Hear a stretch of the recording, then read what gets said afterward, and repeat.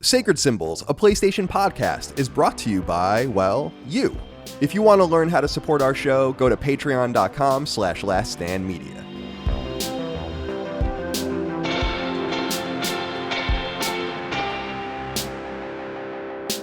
Hello and welcome to Sacred Symbols Plus. I'm Ben, here this week with your weekly Sacred Symbols supplement. I don't do these introductions very often, so it's just going to be what it is.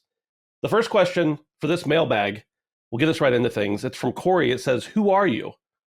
And at first I saw this and I was like, all right, being kind of a jerk. And then I thought, you know what? There's probably a large portion of the audience that has no idea why this random bearded man is doing a Q&A. So I figured I'd tell you. I'm Ben Smith. I'm the associate producer at Last Stand Media. I handle all of our audio editing, some community management stuff, and also do all of our live shows and stuff. And, occasionally just do whatever else is needed. But that's pretty much the majority of what I do. And so that's who I am. I used to be if you've heard Colin and Dustin talk about the guy who was the mayor of Butler, that was me. I'll talk more about that later.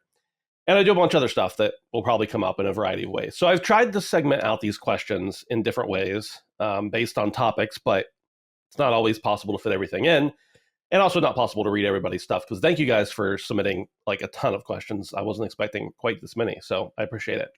This is my first ever mailbag, so I guess you got a lot of pent up questions for me. But the first one we're going to go to is from, I think it's Gaelic, Irish, Caelan, I'm sorry. Anything with like a symbol above one of the letters, I'm lost on. "Hello, kind sir, straight to the point. Would you rather never be able to open a closed door or never be able to close an open door?" This one's tough. I think I would rather never be able to close an open door, depending on what door it was. If it was the door to the outside of my house, that might be tough. But also, if you do that, you have to apply that same logic. I also wouldn't want the door to my house to never be able to be opened, because then I would be trapped inside, which some days wouldn't be so bad. But I think if I can choose which door it is, I say never be able to close an open door. That's my answer. I got a lot of questions about parenting, and I was realizing like Dagan and I are the only parents on the LSM team. So it makes a lot of sense that people, and Dagan doesn't do as much gaming as he used to. So it makes a lot of sense that I got a lot of gaming questions. So we'll start off. There's a few of them that are very similar here. I'll try to read a few of them with different points. Alex Bolton starts off and says, "As a father, how do you find time to game as much as you do? I'm the father of a 6-month-old, and I've definitely noticed my time to game has almost disappeared altogether, considering everything else I do. What is your secret?" Mike Poe says, "I'm going to become a father this summer, and I was wondering if you could talk about how your gaming habits changed. Did you play handheld more than you had previously? Did gaming time drop off substantially for a while?" Joe On says, "I imagine you've been working from home for some time, but I wanted to know how you were able to manage for caring for 2 kids and working at the same time." And Frank says, "Quick question, as a father of 2 myself, a 3 and a 7-year-old, F them kids, agree or disagree? Thank you for your time." We'll get to that. Shad Vegas says, "How do you balance parenting with work and gaming, or is the trick just to get 4 hours of sleep every day? I have a feeling it's the latter, but I figured I would ask. Thanks for all the great content. The editing is top notch, and I love when you're a co-host as well." Well, thank you, Shad Vegas. I like co-hosting myself as well. It's a high point in the month or year or whenever it gets to happen. So I'd say let's start first. My kids are 7 and 9, and I play a fair amount of video games, probably as much as anybody without kids. That may not be true, but I play a lot of video games. My secret is partially I only sleep 4 or 5 hours a day. I've just never been someone who required a ton of sleep, and maybe I would be better off health-wise, mental-wise, I don't know, everything, if I got more sleep. But I actually feel like I'm in more pain, both mentally and physically, when I sleep longer. So I probably don't sleep as much as I should, but I sleep enough that I feel fine. And so that's part of it. The other part of it is I have an awesome wife. I mean, not everybody's situation is the same, but my wife, her dream from being a little girl was always to grow up and be a mom. And so like that's part of it, is that she is very willing to almost always handle the stuff. Now, granted, she likes when I help her out, and I try to do that, not as much as I should. Nobody helps somebody else as much as they should, but I always try. And I fail at that sometimes, I succeed at it sometimes. But That's the other thing is I have a very supportive wife. But most of my gaming is done after the kids are in bed or when they're doing school or, whatever. So it's not really, I'm not really gaming on top of parenting typically. And I'm not gaming while working most of the time either. So although that is a consideration that sometimes my gaming and work overlap a little bit. So there's a little bit of that piece as well. And I'll talk about some of those aspects later. But yeah, so I mean, when I first had kids, I had not been playing as many games for a few years, and mostly just still being very interested in the industry. I had a gaming podcast and website in the late 2000s, and then had kids. I think my first was born in 2013. So from the time I got married to the time I had kids, I didn't really play a whole lot of games, but I played some occasionally. And then once I got married, I played probably more games than I did before because, like, my baby would be on me sleeping. And while I was just sitting there without anything to do, except for maybe watch TV or something, you don't want to move and wake up the baby. It was like, well, I might as well play this game. And my brother in law was going to college near us at the time and stayed with us for a little while. We played a lot of a game called Wizardry. It was an MMO. It's not around anymore, but it was great. And so I played a lot of that just with the kids sleeping on top of me. But it does cut in a little bit. But now that the kids are a little older, it's not as much, I guess you could say. Um, so my gaming time dropped off, but I don't know if it was specifically because of kids. But not everybody's situation is the same as mine. Some people are in a different situation. Maybe their spouse works a different shift than them, and they have their kids the whole time that they're free normally, that they're not working. So for us, it works out well. We support each other in different ways than I think a lot of people do. But for the most part, yeah, I guess I just don't sleep, and I don't really have a lot of hobbies outside of gaming. I don't go out a whole lot to hang out with friends, and when I do, we're usually doing something gaming related, or we're gaming over Discord or something like that. So yeah, there's a lot of nuance there, I guess, and my situation's probably a little bit unique, but that's the basic answer. Let's see. H-Trons, my buddy Poib, says, how do you juggle your editing and select podcast appearances duties at LSM alongside your own Handsome Phantom podcast recording and production schedule, coupled with your Twitch streaming and now your YouTube channel? Do you ever burn out on gaming overall with the gaming content you create and manage on a daily basis? What do you enjoy most, podcasting, editing, YouTube videos, or streaming? That's a lot. So for those who aren't aware, I have a podcast called the HP Podcast that I do with some buddies. We do that. It's once a week show. It's an hour and a half long. And it's really, honestly, so that used to be a bigger endeavor. I used to spend 20, 30 hours on the website and doing reviews and stuff like that. So like, I don't even know how I did it, honestly, but we used to spend a lot more time on it. And everybody's kind of priorities shift a little bit. And so now it's just me and a couple buddies. We get together once a week, do a podcast. It has a good audience, but nothing insane or anything. And so that's more just like sitting around talking with some buddies. So that's not much of a time sink anymore. The Twitch streaming has always been for me just something I do when I'm able. And I do it a lot less now. I pretty much only stream on Tuesday nights now. And yeah, for me, I used to have a bigger audience. Now that I stream a lot less, it's not as big of an audience, and that's fine. But that's also something I do like when I have time, when I'm available. And it's a way, like, there used to be a thing is if I was playing a game, I was just going to stream. So that was a way I did it for a long time there. And then now I have a YouTube channel. By the way, Twitch and YouTube, if you want to follow Ben is Handsome on both of those. I have kind of looked at the YouTube channel like a thing where, well, I'll get to this later, actually. I'll get to this later. Greek Thunder says, howdy, Ben. First, how are you so handsome? Second question. Thank you, by the way.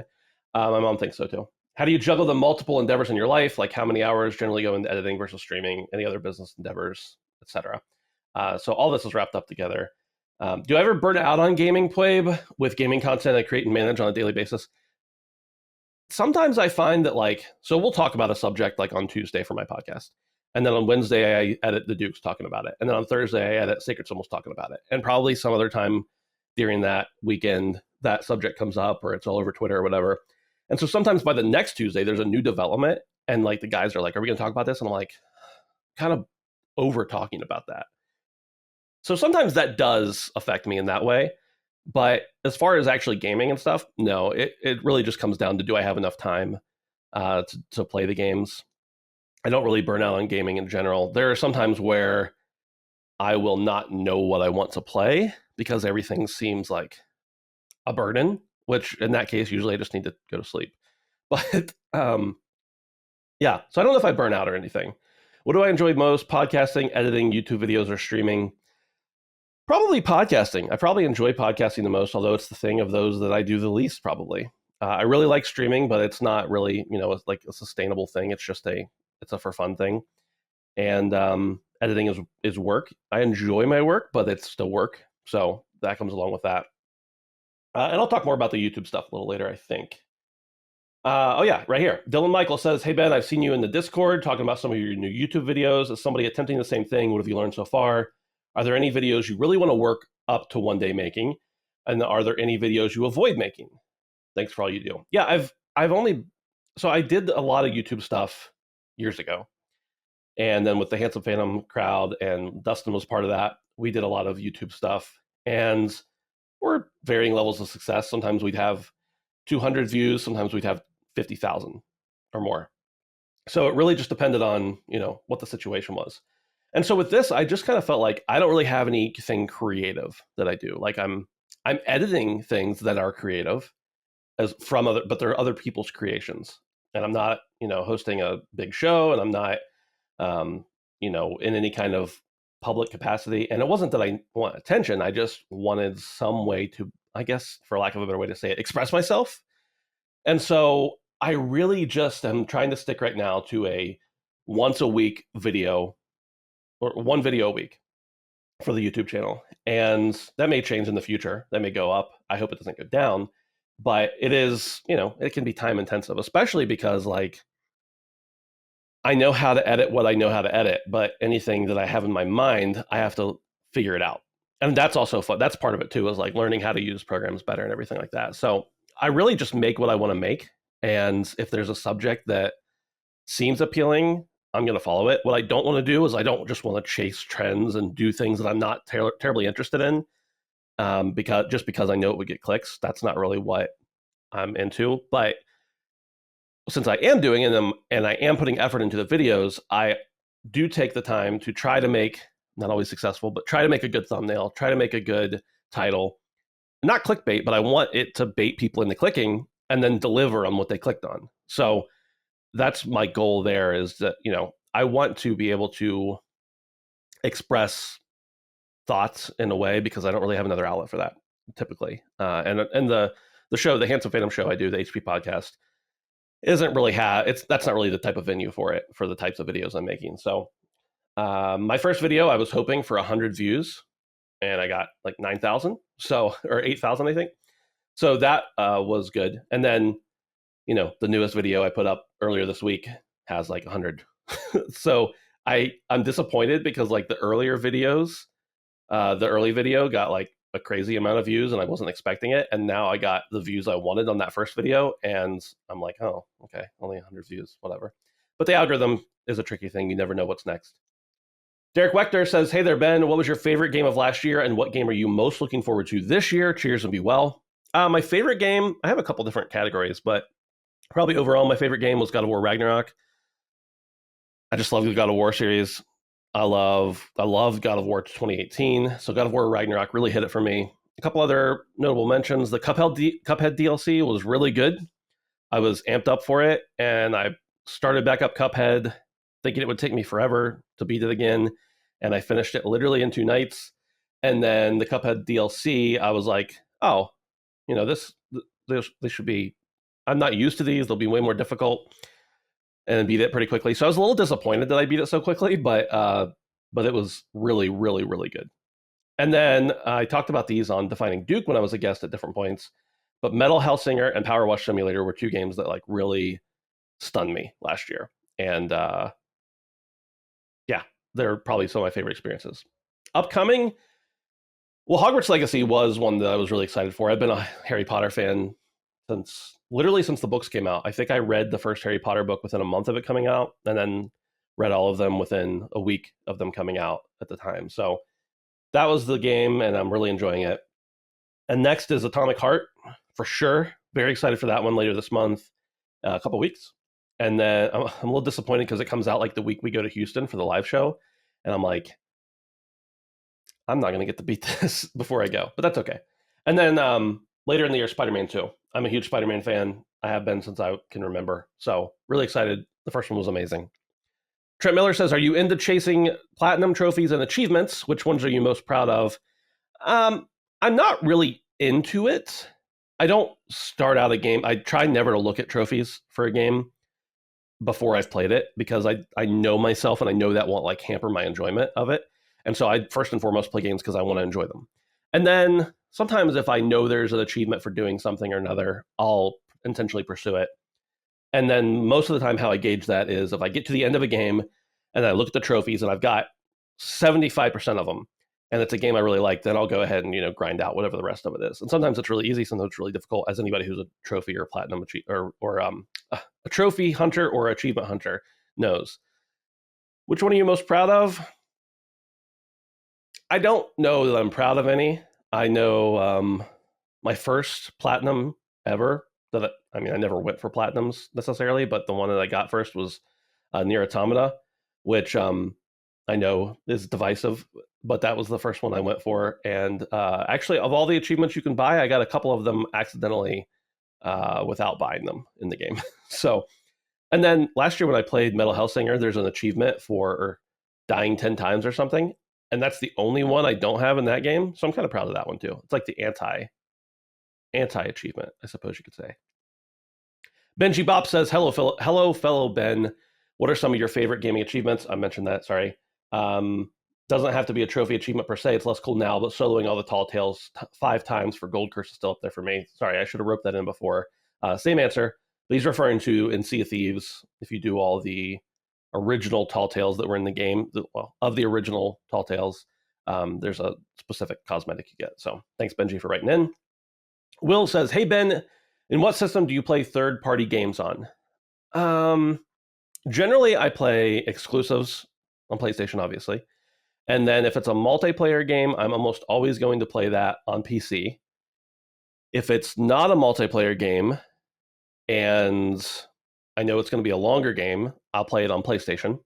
Like, for instance, right now I'm playing Hogwarts. I chose to play it on PlayStation. Maybe the marketing also helped there too. I'm not sure.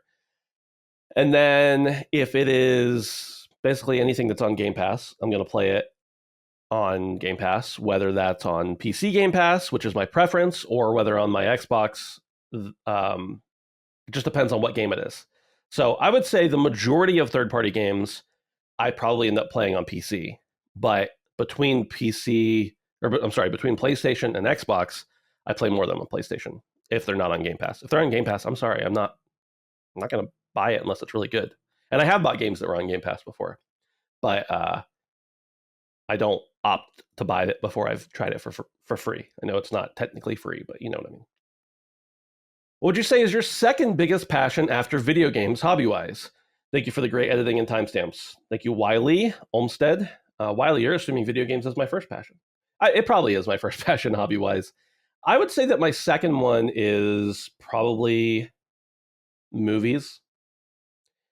And that's changed over the years, but movies and TV, and my relationship with movies and television is very interesting because I can be like a total snob about stuff and be like, that has no artistic integrity, that, this is amazing because of these reasons, whatever. And then I can also turn around and watch complete garbage and enjoy it just as much. One of my favorite movies of all time is Step Brothers. And that movie has no, it's just funny. I don't think it has any artistic integrity to it. I just think it's hilarious. And I watched it 5,000 times when I was in college. So yeah, but movies and TV are probably my second favorite passions, I guess you could say. Thanks for writing in. Michael Betts says, as one of the only LSM members who's a father, what games, if any, do your kids play? My oldest son, who is 9, only wants to play Fortnite, all the time. Also, do you put limits on game times for the kids, such as weekends, weekdays? Example, keep shooting that cannon. Thank you, Michael. I have a 7 and 9-year-old, both boys, and the 7-year-old really prefers to watch TV over playing games, but he likes to watch people play games. Especially he wants to watch me play stuff all the time, which depending on what it is, depends on if I let him or not. And then my 9-year-old loves games. He would play games all day long if I let him. He will play pretty much anything that is a platformer. His favorite thing for a long time, I think it still is Mario.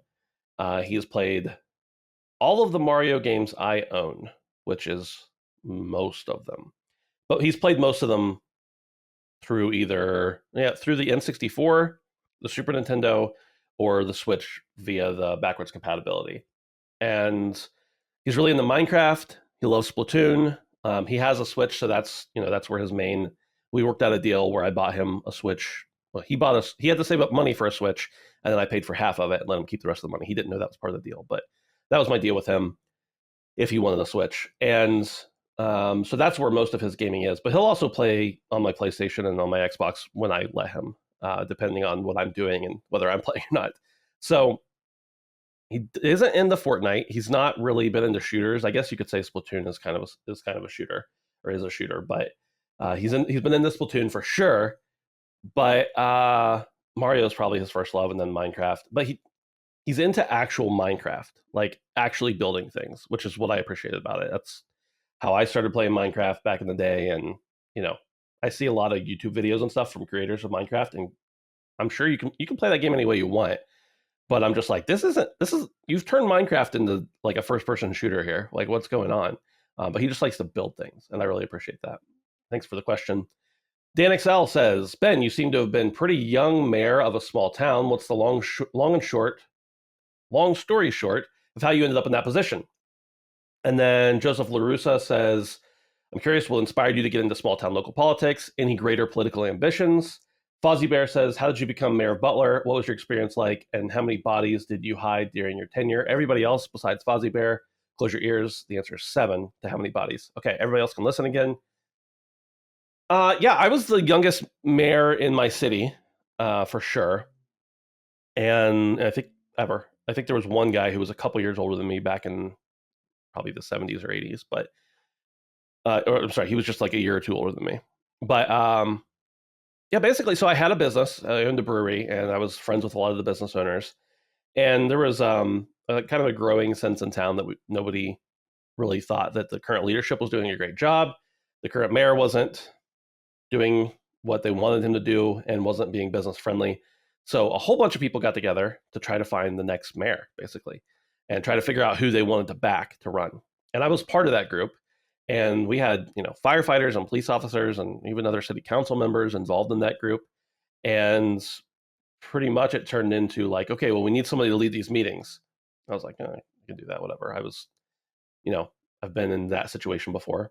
And then it turned into, well, we need to find somebody who run for mayor. And then it was, guys, why are you all looking at me? Like, this happened over a period of a couple of weeks. But so basically everybody encouraged me to. And I decided that I would run. And I would only go for one term if I won. And I ran against the incumbent in his party in the primaries, and that was a landslide. And then ran in the general election versus another candidate, and won that handily as well. So that's how I became mayor. I ran for the position, just like you run for any elected position. And yeah.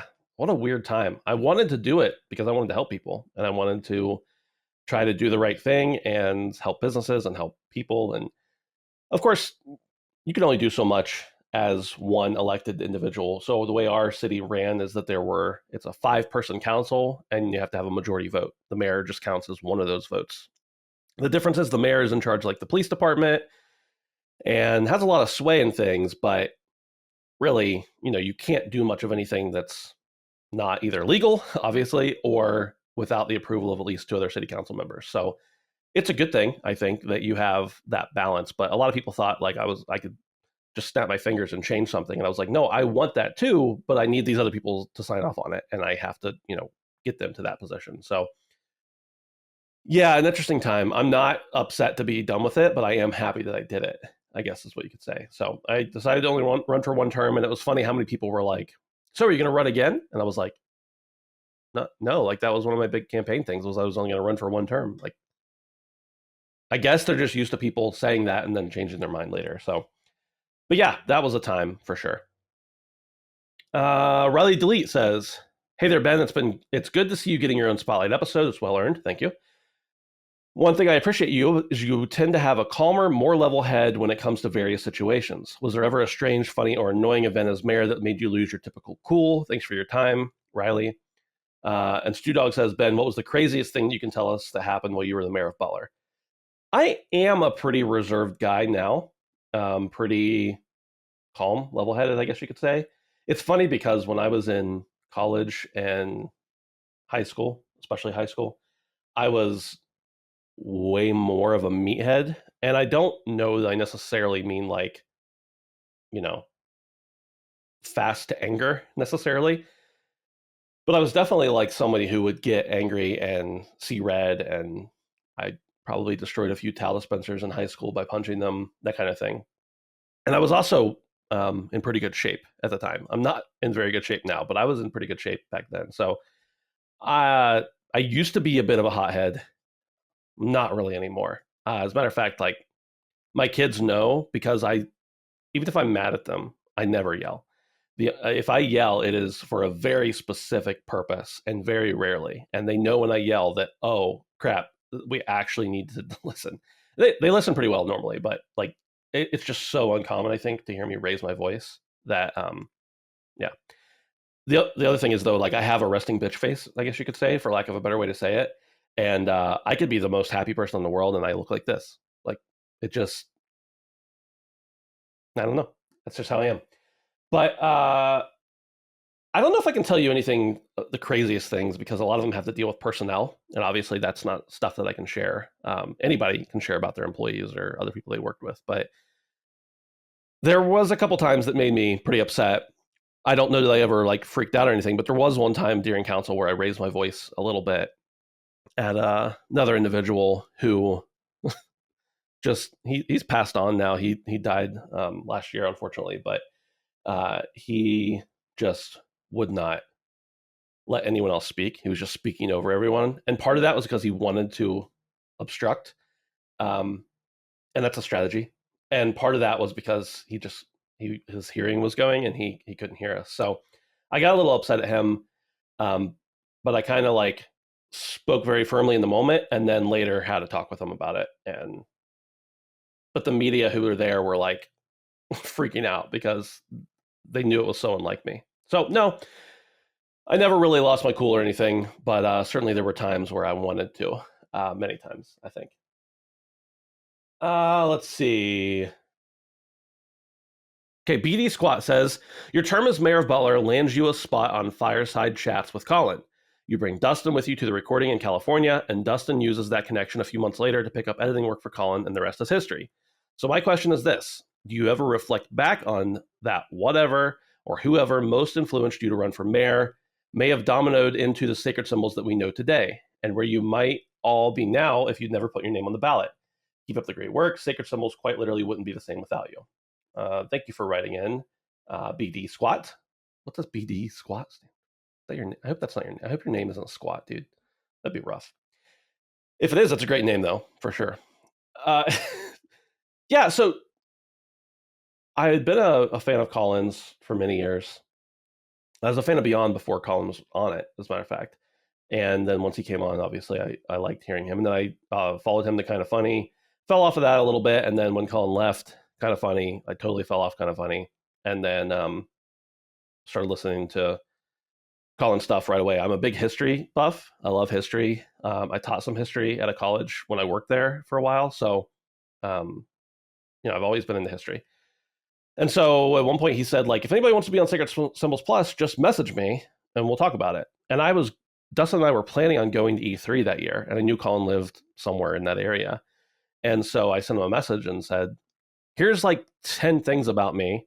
I'll be in the area, basically it's a little more convoluted than that, but that's the short story is if you want to have me on the show, I'll be on the show. And he messaged back and was like, I want to talk about the mayor thing. Let's set it up. So I went out and Dustin was just with me. He didn't have anywhere else to go. I don't think we could check into our hotel or anything yet. And he sat in the floor next to me. He had also been a fan of Colin's for years. And then, yeah, like you said, a couple months later, I think I was listening to a knockback episode that Dustin either hadn't listened to yet, or it was something that he hadn't played or watched or something like that. And I was listening to it, and I was like, oh, Colin's just like kind of casually mentioning wanting to get an editor. I'm going to mention it to Dustin because I assumed he was talking about moving into video, and I knew Dustin wanted to do video production like as his main thing. And I at the time was editing audio podcasts on the side for another company, just like freelance stuff. I did like 10 or 12 different podcasts, and they were all just like 10 tips to grow your business kind of thing, and just edit them, spit them out. It wasn't a job. It was not a passion. It was just some extra money. And so I mentioned it to him, and then he contacted Colin. Colin tested him out. Dustin did awesome. Dustin got the job. You know the rest of the story from there. So, sorry, I kind of mentioned that mostly because a lot of people will ask me, like, how did you get involved? And I'm like, it's a long story. So that's the story. But yeah, it is interesting because, like, if those people hadn't pressured me into running for mayor, which I'm not that I didn't want to. I don't want to make it sound like that. But if those people hadn't, like, convinced me to run for mayor, and then I hadn't been on Colin's show, and then, I don't know, maybe Dustin still would have heard about it. I probably still would have been listening to Knockback. So maybe that none of that ever mattered. But, everything does happen for a reason. And like that's the way it is with a lot of things in life, is like you look at something and you're like, this sucks. Why is this happening? And then 5 years down the road, you're like, oh, I get it now. So it is cool how we all kind of ended up working together just through like a random set of chances. And like I said, Dustin still might have heard about the job, and he still would have done the same great job, and Colin trusted him in that way. And eventually, maybe I came along too. But yeah, it's interesting to think about for sure. For sure. Will Hahn says, well, actually, let me get a drink of coffee. Sorry. I'm not going to cut this out for the audio listeners. Do you make like sounds like that when you drink coffee too, or is it just, I don't usually do that. I just did that for effect. Sorry. Will Hahn says, hey, Ben, hope you're doing well. As someone who's never been to the East Coast but wants to go eventually, what are some spots in Pennsylvania you recommend going to that you've enjoyed over the years growing up? Food, historic parks, museums, anything. Thanks for all the hard work you do at LSM, and keep it up. It's funny to hear people talk about Pennsylvania being the East Coast, and I guess technically it is on the East Coast, but like when I think about it, so from where I'm standing right now, if I were to drive straight east, it would be 6 hours before, at least 6 hours before I even hit New Jersey, let alone the coast. So it's just funny for me to think about, like, oh, I got like 10 hours driving at normal speeds before I could even be on the coast. But anyway, I've lived in Pennsylvania since I was about 10 years old. And when I read this question, I was like, I don't know. I don't know what there is. You asked specifically about Pennsylvania. There's some good theme parks. Kennywood is an old park, and it's really good for what it is. And they've got great food, a weird culture. It's a good time. If you're in the Pittsburgh area, I would say you should check it out. If you're in the middle of the state, near like Harrisburg, the capital, go to Hershey Park, if that's something, amusement parks that you're wanting to go to. There are lots of parks, like national parks, woodlands in the area, but there are plenty of there's just nature everywhere. Obviously not in the cities, but to go from here to 10 minutes away, I might pass through a bunch of trees, for lack of a better way to say it. So there's cool stuff to see almost everywhere.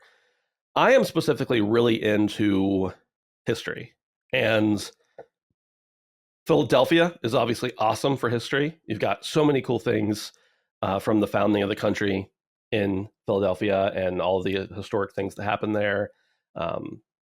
Constitution stuff, Liberty Bell stuff, you name it, it's there. But the thing about Pennsylvania is it's like there's so many different types of environments. You've got old historical stuff, and you've got brand new stuff all over the place, and everywhere you go is a little different. You go up to Erie, which is about 2 hours from me. You can pretty much feel like you're sitting on the ocean, even though it's just a lake. You go to the other side, the northeast side of the state, you're like an hour from New York City. So Pennsylvania is great, but also like there's nothing about Pennsylvania that I'm like, that's the Pennsylvania thing. Like it's more about interesting customs to me that I'm still not used to, even after living here for, how old am I? 35, 25 years. It's still kind of weird to me. Crispy asked another question about Pennsylvania, kind of. He says, I have family in PA and they introduced me to something called Scrapple. Are you a fan? Are there any other weird regional foods from that area I should be aware of before my family secretly feeds them to me and waits until after I swallow before they tell me what it's made out of? Thanks for writing in, Crispy. Am I a fan of Scrapple? So for those who don't know, Scrapple is like the scrap of a bunch of different meat, and it's put into like a patty. And a lot of times they fry it up. So I've had Scrapple a couple times. It's more prevalent on the other side of the state, which again, remember, it's like 4 to 6 hours for me, depending on which part we're talking about. And if it's fried really well, I can eat it, and I will eat it, and I like it even. If it's not, it's kind of just mush. And I have a texture thing. I don't like things that are mush. I don't even really care for mashed potatoes. I know. Maybe it's because I never had good mashed potatoes. Some people will say that. They'll be like, Ben, you got to try this. I don't care. I'm just saying, as a generality, I don't really care for mashed potatoes either. But Scrapple, you got to try it, okay? If you've eaten a hot dog, you've eaten the same thing. That's all I'll say. You got to try Scrapple. And decide for yourself if you like it or not. Michael Lamaro says, as a Pittsburgher who has relocated to Georgia, I find that sometimes I miss permanis. Do you like permanis or do you think it's overrated? Well, I don't think it's the best thing ever. You can't go wrong with a Cajun chicken sandwich with bacon and hot sauce added. Yeah, so for those who don't know, Permanis is a regional chain. They're famous for their burgers with coleslaw and fries on them. And fries on things is a very Pittsburgh, I guess, thing.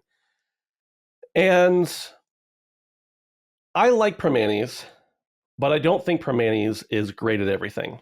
I like Permanis for very specific things. Specifically, they call it like their I don't even remember what the name of it is, but they on the menu they describe it as like their number 2 bestseller. It's a joke. It's their number 1 bestseller, but it's like their standard sandwich. It's a bun, meat, burger fixings, coleslaw, and fries. And when I go to Permanis, actually it's not a bun. It's 2 slices of bread. But when I go to Permanis, that's what I get because when I'm going to Permani Brothers, I want the thing that Permani Brothers is famous for, even though I've had it dozens and dozens of times. So I don't like Permanis just as a restaurant. I've gone there and had other things, and I was like, this is like anywhere else. But for that specific type of sandwich, they're the best, I think.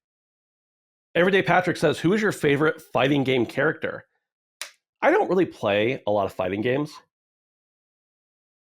So I would say I like to play Link in Smash Brothers. Thanks, Patrick. Sorry, that's my normie non-fighting game answer. Robert says, howdy, Ben. What's your favorite LSM show and what makes it your favorite? Is there a show you hope LSM will add in the future? Thank you, Robert. I don't know that I have a favorite LSM show. I like things about all of them and I dislike things about all of them. And those things can change. The thing I liked yesterday might be the thing I dislike today. So it's hard when you work on them and you're not on them to say what you like about them or what you don't, because it's all from a weird, like, this is my job, but also I'm a fan perspective. So I don't know. I'm really partial to Duke just because it's an interesting time in the Xbox ecosystem for better and for worse. But the reason I started listening to LSM and got involved was because of Sacred Symbols and Colin. So I don't know. I don't know what my favorite LSM show is. Is there a show you hope LSM will add in the future? I was really hopeful. Dustin and I have been talking about it for a couple of years for doing a variety show, an off-topic show. That has happened now with Constellation. Not saying we were responsible for that. I'm just saying that's one thing I wanted.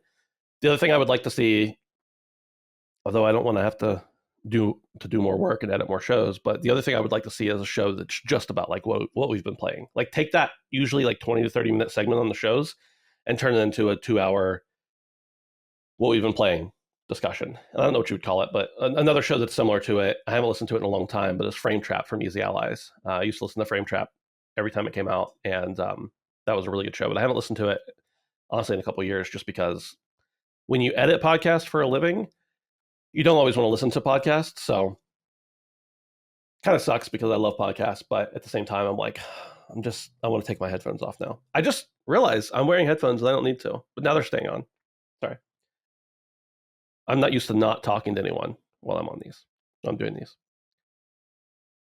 Adam Belgarby says, Greetings, Ben of the Smith variety. Whose video game recommendations do you respect the most? You know, the kind of person that always nails your taste. Can be a friend, a member of LSM, a reviewer, pretty much anybody. I don't have one. And I wanted to talk about this because I think it's interesting because so many people like follow a specific person because of their taste.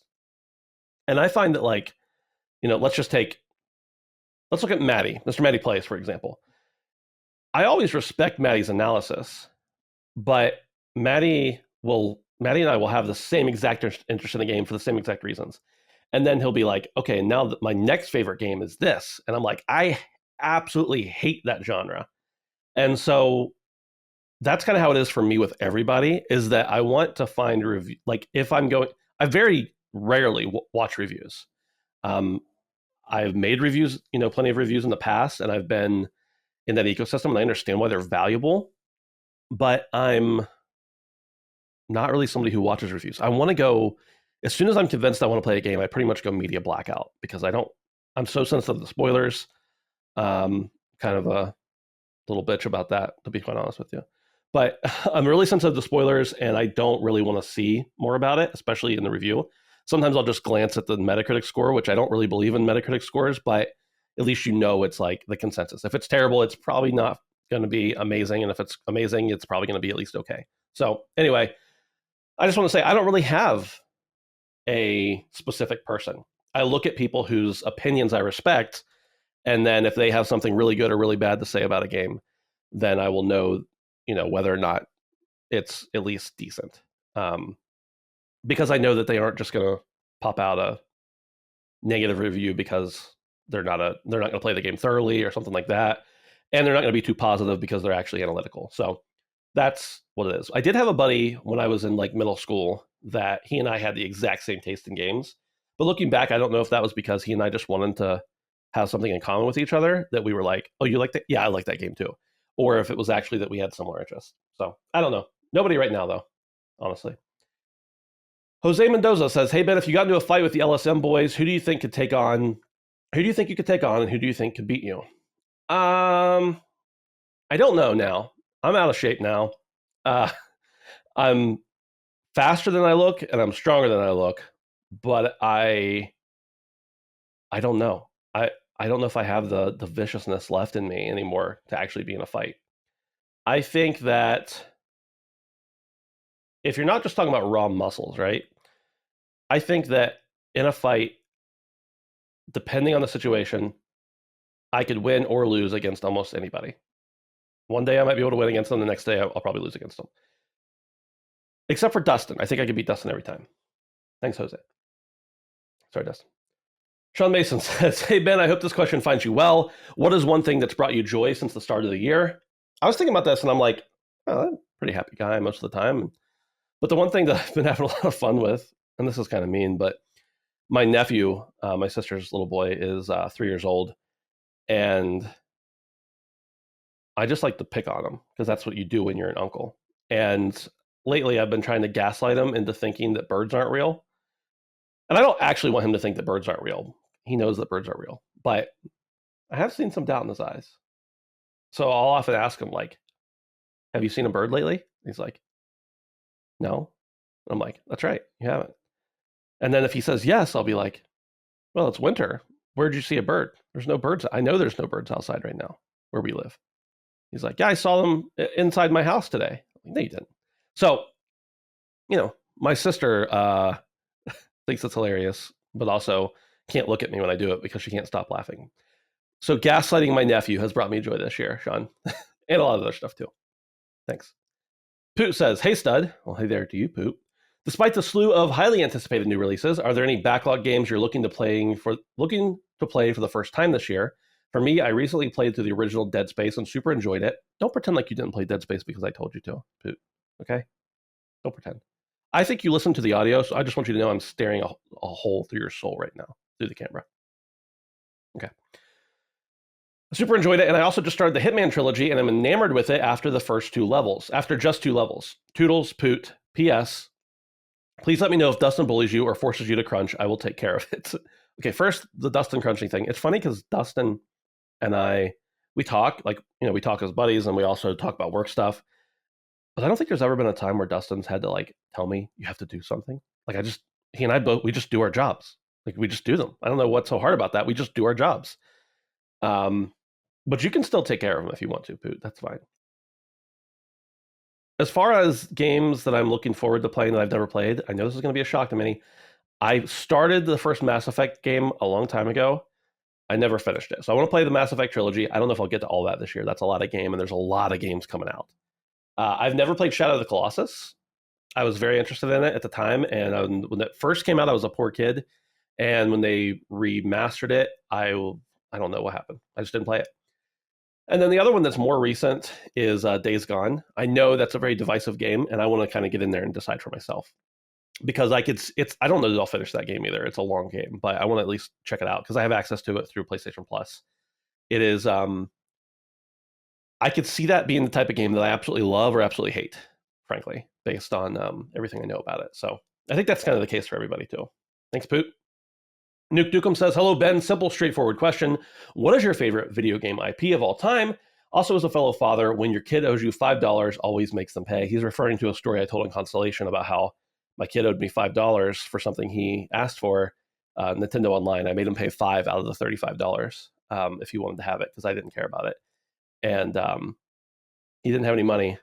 And then when he had money, he wanted to buy something, and I was like, you owe me $5. And I didn't want to take that money at all. Like I didn't need the $5. I didn't want the $5. I wanted him to keep the $5. But I felt like it was my responsibility. Anyway, that's what he's referring to. I told that story on Constellation a little while back. But favorite video game of all time, favorite video game IP. I don't know because I love so many, and they're also spread out. I've never been a big fan of making like favorites or ranking things or doing lists. Although one of my upcoming YouTube videos is a list, so hey, it is what it is. But I always say that when I used to own a cigar bar, I owned a brewery and cigar bar, and then there was a fire and COVID and the whole thing. That's a story for a different time. But I used to always say, like, when somebody came in to my employees, like, you need to tell them a specific cigar. It doesn't have, when they ask you, what's your favorite cigar? You don't need to have a favorite cigar. You just need to have an answer for them. So that's what I'm doing with this. Favorite video game IP, since your name is Nuke Nukem, and I really like Duke Nukem, I'm going to say Duke Nukem. Although they're not all good. Some of them are, some of them aren't. Grabalicious, thanks for writing in, Nuke. Grabalicious says, as someone who's had to deal with the back end of marketing platforms and the general publishing of games via Lilymo, what's been the most interesting thing you've learned about that side of the industry? Take care and keep it steady. Thank you for writing in, Grab. He's referring to, I'm also the associate producer at Lilymo Games, very part-time. Sometimes it's really intense when you have a game coming up, and sometimes it's not, nothing for weeks. So it's kind of a mixed bag. But as far as the interesting, all the back ends of all the companies, Nintendo, Microsoft, Xbox, and Sony are all trash. I would easily say that PlayStation is the most trash on the back end, and that Microsoft is the best of those three. Steam is the best overall of anybody, but of the consoles, I think Xbox is the back because of the smart delivery. You don't have to do different packages for every game you want to put out. PlayStation's just really difficult because they're trying to cobble together so many systems from over the years into one, and it just doesn't always work right. And so that would be my answer, is that just figuring out how messed up they all are. And then when I say Microsoft's the best, it's still not great. But of the three consoles, it's probably the best.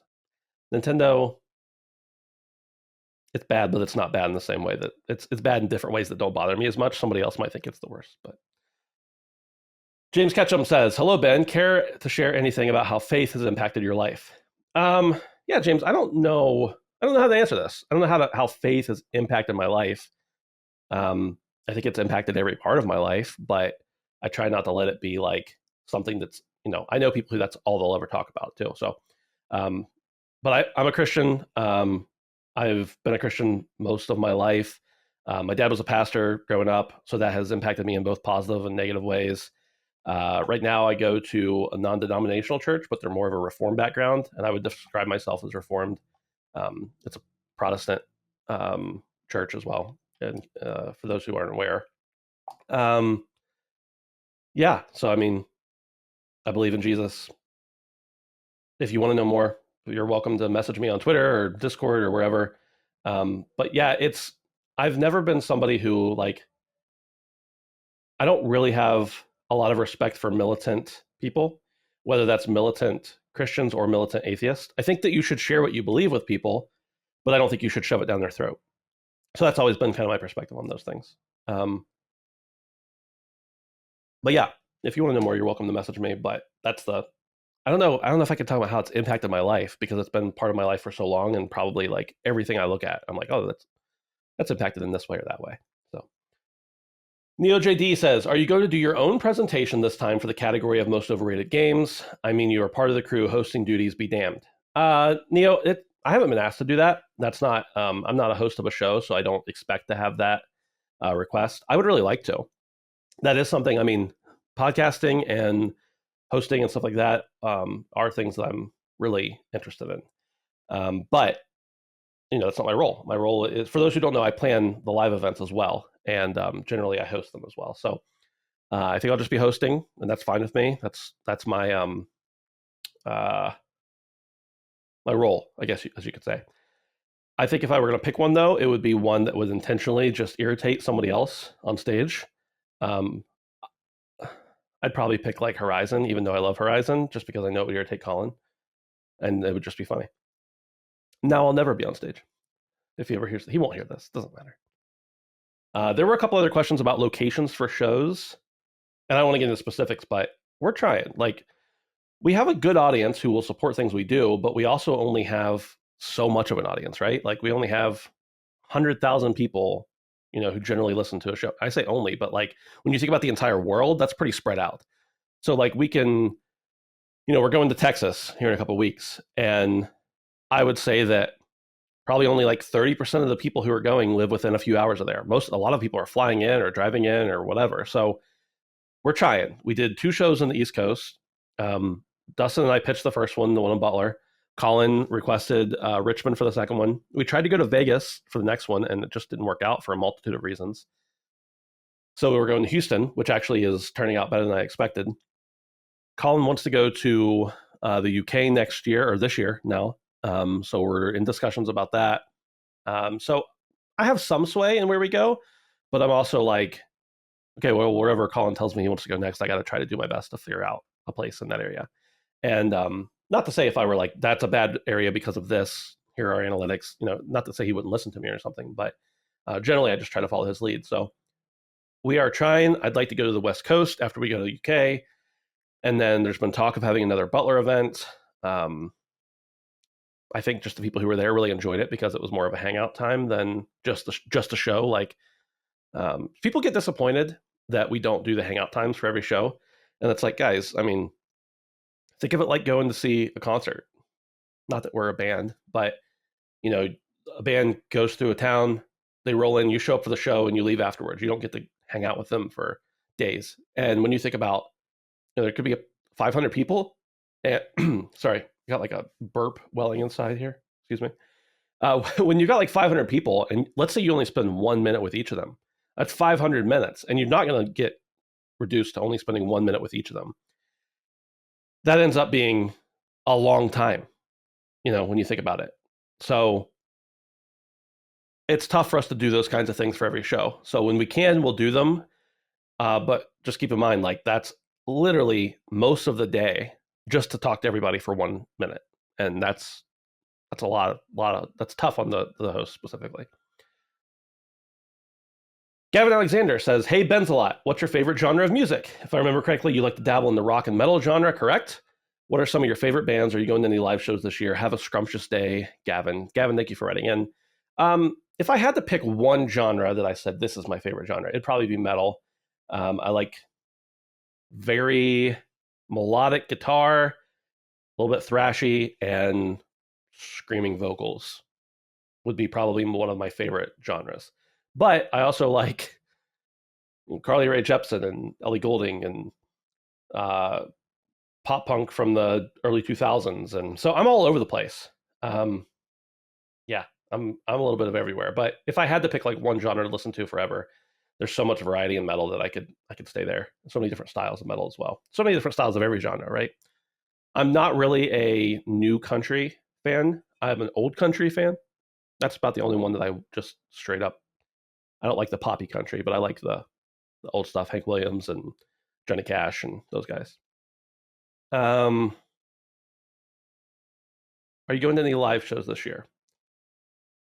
I don't have any planned, but there are a few that have popped up on the calendar that I'm like, I can go to that. I used to go to a minimum of one show a week when I was in high school and college, and I blew a lot of money that way. I can guarantee you. I used to go to every festival I could. I used to go to shows, and I was almost always in the first 5 feet of the pit. And that kind of goes back to my days of being anger filled. And I don't know if I was really angry when I was doing it, but I would, just go to mosh and thrash and whatever. So I'm like, oh, that band that's my favorite band that I've listened to in the last 10 years is coming through. Okay, well, cool. I've seen them 5 times. I don't need to see them again. But then there's occasionally one that's coming through that I'm like, oh, yeah, I haven't seen them in years, and this might be the last time I ever get to see them, so I should go. So I don't know. I may go. A lot of times I decide a week before if I'm going to a show or not. And a lot of it depends on my work schedule and, what night of the week it is. If it's on a Wednesday or Thursday night, I'm probably not going. That's usually the situation for me. Brian Presley says, Ben, can you confirm that you really are the secret sauce to LSM? Without you, Colin and team would sound like bumbling, stuttering idiots. If you don't answer this question, well, I'll take it as a confirmation that you want to protect your job by not belittling the talent. Love y'all. No, I don't think I'm the secret sauce, but I want somebody to clip this out and show it to them, just for the reaction. Yeah, nothing at LSM would happen without me. All the hosts suck. Okay, you could just use that however you want, with no context or whatever. And no, but I mean, people watch the video all the time. There's no editing, no fine editing in the video. It's just uploaded, and I mean, not to say that there's no effort into it. Dustin obviously does things to it, but all the ums and ahs, like that's more important with audio, because when you're just listening and you don't have something physical to distract you from it, then you notice all those little things a lot more. You notice the ums, the ahs, the spaces in time. So that's definitely something important. I also do all the timestamps, and I don't know why people use timestamps. I hate them, but I know that that's a big part of why people enjoy the content. And so those timestamps then get copied onto the video. So, but no, I don't know that I'm the secret sauce. I just think I'm one important piece, hopefully, in a larger success, is my way to say it, I guess. John Warner says, Ben, what's the worst hangover you've ever had? John, I can't remember. I've been intoxicated before, but I don't think I've ever had a hangover. I don't know if that's weird or not. I don't know if I just have a really super high tolerance, or if I've just always been smart and drink a lot of water. But I really use that to get into the last section of the Q&A here. It's called the Go Home You're Drunk section. And this is from the people who didn't read the post they were commenting on. They just commented.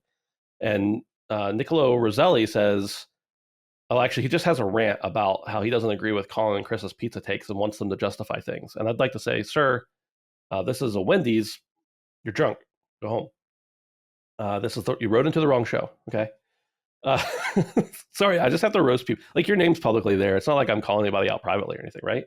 So Mark Bones says, good day. I have a quick question. Was there a missing episode of Sacred Symbols Plus last week? There seemed to be no episode after the Friday show. Have a good day, gentlemen. So I know he was referring to more than just one person. Mark, you're drunk. Go home. Okay. No, I'm just kidding. To answer that question seriously, there were 3 episodes the week before, and there was a note on one of them that there wouldn't be one on Saturday. This last Saturday. I don't know when you're listening to this, but there was a week where we didn't have an episode on Saturday because we had 3 episodes the week before because they were more time sensitive. So that's the answer to that question. That may have been a very legitimate question for me, but I just wanted to include it in the Go Home You're Drunk question section. And the last question to round it all out is from Johnny Waffles. This is not a Go Home You're Drunk question. It's, I don't know. It's just a question. Hello, Ben. It's me, Johnny Waffles. Which serial killer is better, Jack the Ripper or Zodiac? I'll take your answer off the air. Thank you. I don't know. They're both fascinating, but Jack the Ripper for some reason seems more mysterious to me because it was so long ago, and there's a pretty good, there's almost no chance they'll ever find out who it was. On the flip side, I think the Zodiac killer, I mean, he still got away with it, but I think he killed more people, right? So if we're talking about which serial killer is better, I'm assuming we're talking about which one is the better serial killer, right? You would have to assume the Zodiac killer is the better serial killer because he killed more people, they think. But Jack the Ripper, they still might find out who the Zodiac killer is, right? Like, that hasn't been that long ago. They can still figure out who it is. But Jack the Ripper, I think your chances are done. I know you said you'd take the answer off the air, but you got it on the air. Waffles. Thank you, everybody, for writing in so much. I appreciate it. A lot of write-ins, and I appreciate that. There were a lot that I still couldn't get to. I tried to include everybody in that I could. There were a few others that were just like very similar deviations of the ones I already read. And there were a couple about like, which show is your favorite? What are things that annoy you about other people? I'm not gonna answer things like that. Like, yeah, there are things that annoy me about every person I work with. There are things that I like about every person. I'm sure that every person has something about me that annoys them and vice versa. So that's just not the kind of, I don't know. That's not the kind of question I'm going to answer. Again, those things change from day to day. Some days I may be annoyed at something and the next day it may not annoy me. So I'm just a person. They're just people. We all have things about each other that annoy us. And a few other good questions too, but they were just repeats. So I apologize if I didn't read your name or if I didn't get to you. I hope I get to do another one of these at some point down the road, and think of some different questions for next time. Appreciate it. Thank you, everybody, for listening, and hope you have a great day. Sacred Symbols, a PlayStation podcast, is a product and trademark of Last Stand Media and Collins Last Stand LLC, and is proudly recorded in the USA. The show is conceived by, is written by, and is directed by me, Colin Moriarty. My co-hosts are Chris Raygun Maldonado and Dustin Furman. The show is produced by executive producer Dustin Furman.